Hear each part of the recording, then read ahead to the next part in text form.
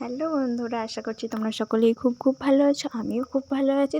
আজ আবার চলে এসেছি নতুন একটা ভিডিও নিয়ে তোমাদের সাথে। তো বন্ধুরা, তোমরা যেভাবে আমার পাশে আছো সেভাবেই আমার পাশে থেকো, ঠিক আছে? এইভাবেই তোমরা আমাকে সাপোর্ট করো এবং আমার পরিবারে একটু সদস্য বাড়িয়ে দাও, ঠিক আছে? তো চলো, আজ আমি দেখি বাবা খুব সকাল বাজার করে নিয়ে চলে এসেছে। তো ভাবলাম বাবা বাজার করে নিয়ে এসেছে, সবজিগুলো পড়ে আছে, আমি একটু গুছিয়ে দিই। তো এখানে সব সবজি আমি গুছিয়ে দিয়েছিলাম। দেখো, বাবা বাজার থেকে নিয়ে এসেছে আজ শসা, পটল, ঝিঙে, গাজর, বেগুন, কুঁদরি এবং ঢ্যাঁড়স এবং বরবটি। তো আমি ভাবলাম ঠিক আছে, চলো মাকে আজকে একটু আমি হেল্প করে দিই। মায়ের সব সবজি কাটা হয়ে গিয়েছিলো, কাটতে বাকি ছিল কুমড়োটা। তো চলো কুমড়োটাই আমি কেটে দিলাম।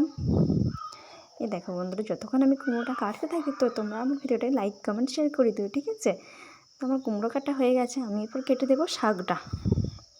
তো আজকে ছিল একটু মা সবজি দিয়ে ঝোল করেছিল, আর ছিল কুমড়োর ঝাল, আর সব রকম সবজি দিয়ে একটা ওই ঘন্টর মতন ছিল, আর ছিল মাছের ঝাল।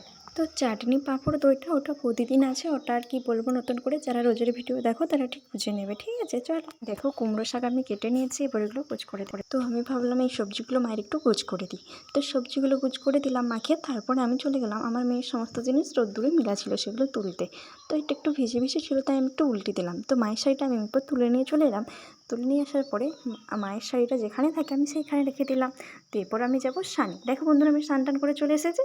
এরপর স্নান টান করে আসার পরে আমার ডিউটি হচ্ছে আমার মেয়ের জিনিসগুলো গুছিয়ে রাখা। তো প্রতিদিনের মতন আমিও সব কিছু রোদ্দুর থেকে তুলে আমি যাই স্নানে। স্নান থেকে আসার পরে আমি এসব জিনিসগুলো গুছিয়ে নিই, কারণ আমার মেয়েকে স্নান টান করে ঘুম পাড়িয়ে দিই। তো ঘুম থেকে যদি আমার মেয়ে উঠে পড়ে তাহলে আমার আর স্নান করা হবে না, তাই আমি আগে স্নান করে তারপর এগুলো গুছিয়ে নিই। তো এরপরে দেখতে পাবো যে আমার মেয়ে কী করছে, আর এগুলো গুছানো হয়ে যাবে তার জন্য। তো বন্ধুরা, কালকে না আমাদের এদিকে খুব ঝড় বৃষ্টি হয়েছিল, একদম কারেন্ট থাকে না। আর একটা বাচ্চার কান্নার আওয়াজ পাচ্ছ, ওটা হচ্ছে আমাদের পাশের বাড়ির একটা বাচ্চা খুব কান্নাকাটি করছে। তো তারপরে বাবা বাজার থেকে নিয়ে চলে এলো, দেখছি দই, বললো এটা ভেতর দিকে রাখ। তো আমি রাখলাম। তারপর প্রতিদিনের মতন আজকে আমার ডিউটি ছিল পাঁপড় ভাজা। তো পাঁপড় ভাজা আর স্যালাড কাটা, এটা হচ্ছে আমার মেন ডিউটি। তো চলো, তোমাদের সাথে গল্প করতে করতে আমার পাঁপড় ভাজা হয়ে গেল, এরপর আমি কেটে নেবো স্যালাডটা। তো দেখো বন্ধুরা, আমার স্যালাড কাটাও কমপ্লিট হয়ে গেল। এরপর আমরা খাবো ভাত, ঠিক আছে?